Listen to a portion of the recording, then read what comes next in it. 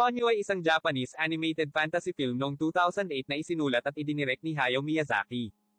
Ito ay ginawa ng Studio Ghibli para sa Nippon Television Network, Dentsu, Hakuhodo D Media Partners, Buena Vista Home Entertainment, Mitsubishi, at ipinamahagi ng Toho.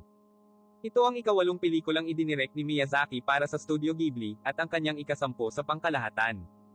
Ang pelikula ay nagsasabi sa kwento ni Ponyo, isang gold piece na tumakas mula sa karagatan at tinulungan ng isang 5 taong gulang na batang lalaki, si Sosuke, pagkatapos niyang maanod sa pampanghabang nakulong sa isang garapon.